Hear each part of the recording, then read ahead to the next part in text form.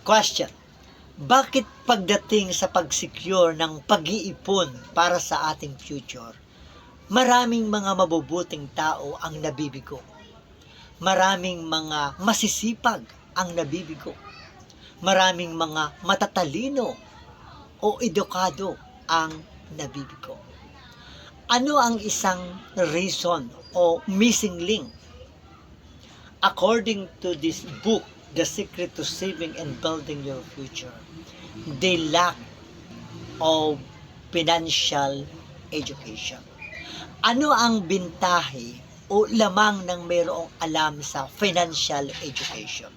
Number one, you will learn the formula of the rich.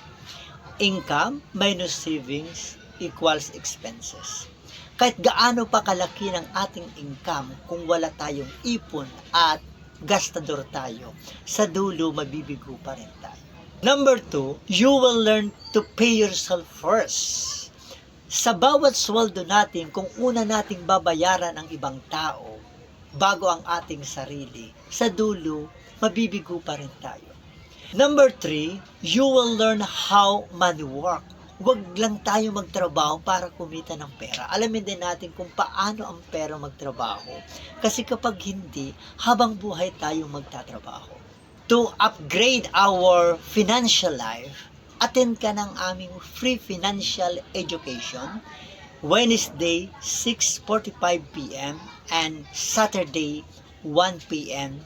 Makati Financial Center. Kapag umatin ka, libre din ang e-book nitong The Secret to Saving and Building Your Future. Chat mo lang ako sa aking personal Facebook account.